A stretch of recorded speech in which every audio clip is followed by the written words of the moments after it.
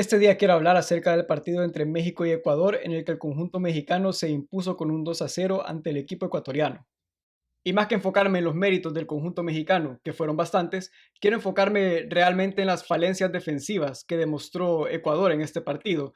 A ver, México hizo un gran partido y claramente supo aprovechar todos los espacios que le dejó Ecuador, especialmente en esas transiciones rápidas que hizo el conjunto de Aguirre.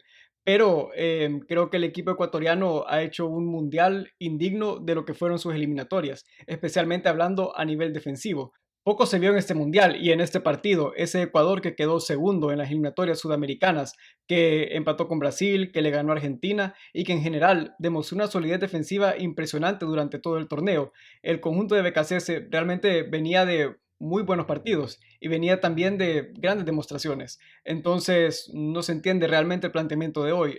A ver, el Azteca pudo haber contribuido. El hecho de jugar en el Azteca, un estadio tan mítico y en el que a México le ha ido tan bien siempre, claramente es un factor bastante importante que tomar en cuenta. También el escenario de estar en un mundial.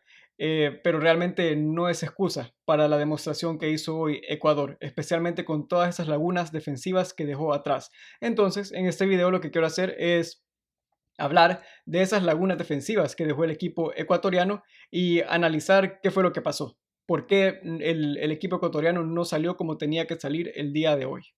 Vamos a irnos un momento a la pizarra para analizar el planteamiento táctico de ambos equipos. Bueno, el equipo ecuatoriano salió con un 4-4-2, ¿verdad? Que es una alineación que ya está bastante establecida, con Plata jugando como una especie de segundo delantero y Valencia siendo el delantero centro, ¿verdad? Y Angulo y Yeboa llegando por las bandas. Luego el equipo mexicano salió con un 4-3-3 bastante clásico. Pero ¿a qué juega realmente este equipo ecuatoriano? Bueno, juega realmente a los balones largos. Galíndez saca un balón alto para ver si sus jugadores pueden recuperarlo en la cancha rival o se la ceden al rival. ¿Por qué?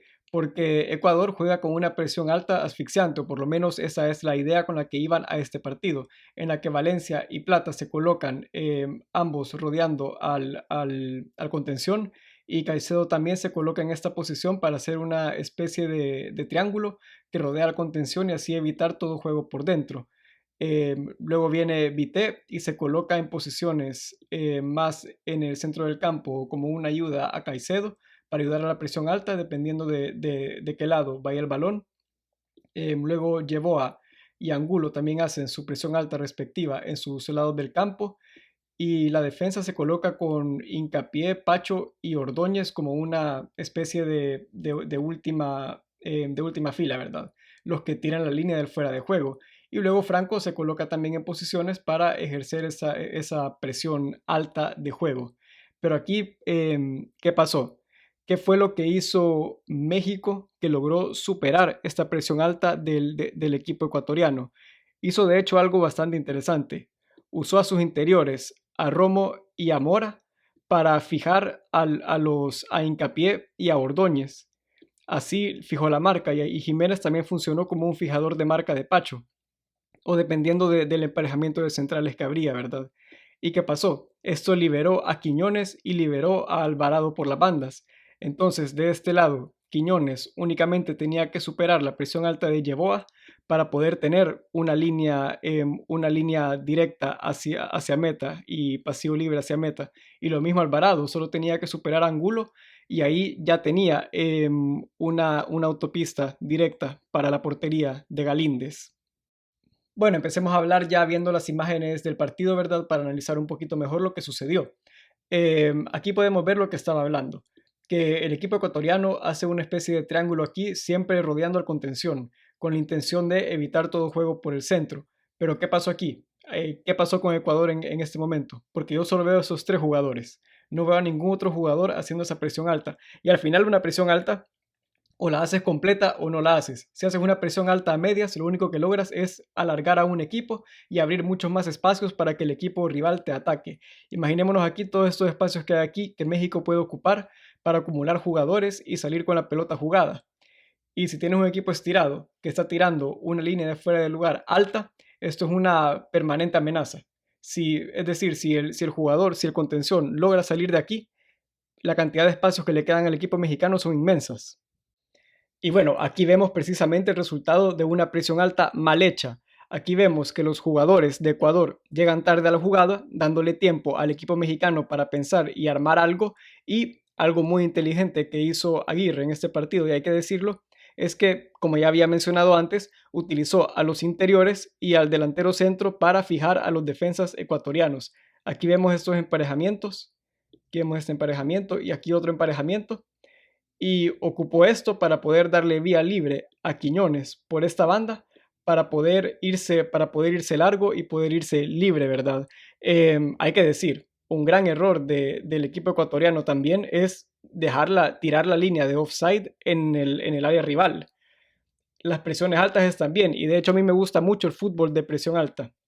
Me gusta mucho ese fútbol que se tira la línea de offside arriba, pero vamos, no puedes tirar la línea de offside en esta parte del campo. Es una locura porque al final Quiñones estaba adelantado a toda la defensa, pero como estaba en su propia área, entonces no es fuera de lugar. Es una locura tirar una línea así de alta. Y eso fue un error bastante importante de este equipo ecuatoriano que le costó el primer gol de la selección mexicana. Y otra cosa que me parece lamentable del equipo ecuatoriano en este partido fueron los repliegues defensivos, especialmente en la primera parte. Fue absolutamente ridículo lo partido que estaba el equipo y lo estirado que estaba el equipo. Miren en este caso, una contra bastante similar a la que ya habíamos hablado anteriormente del equipo mexicano. Bueno, no tanto una contra, sino más bien una transición rápida del equipo mexicano. Y miren cómo está estirado el equipo ecuatoriano. Miren todo este espacio que deje el equipo ecuatoriano para que juegue el equipo mexicano. Y esta jugada no terminó en gol, pero muy fácilmente pudo haber terminado así. Si queda en una situación de 3 contra 3 al final. Y aquí este jugador está adelantado al resto de jugadores. ¿Y qué hacen todos estos jugadores acumulados en esta zona del campo? Es que no tiene ningún sentido cómo salió Ecuador en este partido. Por último, quiero analizar un poco en la propuesta de ataque que tuvo el equipo ecuatoriano en la segunda mitad, porque realmente que para mí no tuvo mucho sentido. En ningún momento acumuló jugadores en el medio campo. Y si no acumulas jugadores en el medio campo y no buscas una superioridad numérica en este lugar, es bastante difícil poder abrir un marcador con un equipo que se te encierra atrás. Buscó mucho las bandas y buscó mucho ese tipo de juego, pero al final Ecuador tampoco tiene jugadores muy diferenciales que te puedan hacer alguna gambeta o que te puedan desequilibrar en ese sitio del campo para poder buscar juego de ese tipo. Entonces al final la única forma que Ecuador realmente tiene de generar peligro es acumular jugadores por el centro y buscar hacer eso. Y bueno, también buscar generar peligro a balón parado, pero tampoco en ese sentido tuvieron éxito en este partido. Fue realmente que ofensivamente, em, a excepción de Yeboah, quizás el equipo ecuatoriano fue un desastre completo. Sí quiero aclarar que mi propósito en este video no era hablar mal de BKCS o dejar en mal su trabajo, porque de hecho para mí hizo un buen trabajo en el equipo ecuatoriano. Segundo lugar en las eliminatorias sudamericanas. Y en el Mundial, si bien no le salieron las cosas, tampoco creo que hicieron tan mal papel. Simplemente no le salieron las cosas. Es que al final es muy difícil que un equipo que no tiene un ataque sólido o que no tiene muchos recursos en ataque pueda salir triunfador en un torneo de eliminación de este tipo. Al final creo que BKC se buscó un fútbol en el que estaba explotando las virtudes del equipo ecuatoriano y los jugadores ecuatorianos, ya que teniendo a Caicedo, a Hincapié, a Pacho, a Ordóñez incluso y a Estupiñán, es un equipo que se piensa que es bastante sólido defensivamente y de hecho lo fue durante las eliminatorias sudamericanas. Entonces yo entiendo la propuesta de BKC de sugerir un juego de presión alta y de solidez defensiva.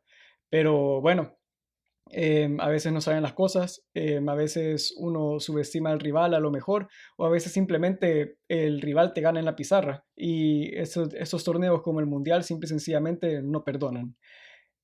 Bueno, ese fue el video de hoy y si les gustó espero que se suscriban y le den like al video.